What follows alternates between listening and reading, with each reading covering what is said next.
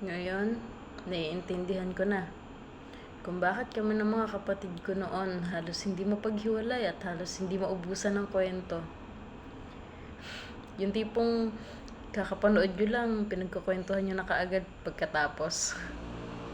Yun pala, kapag nagkatrabaho na pala, minsan may time ka, yung iba naman may pasok ng holidays.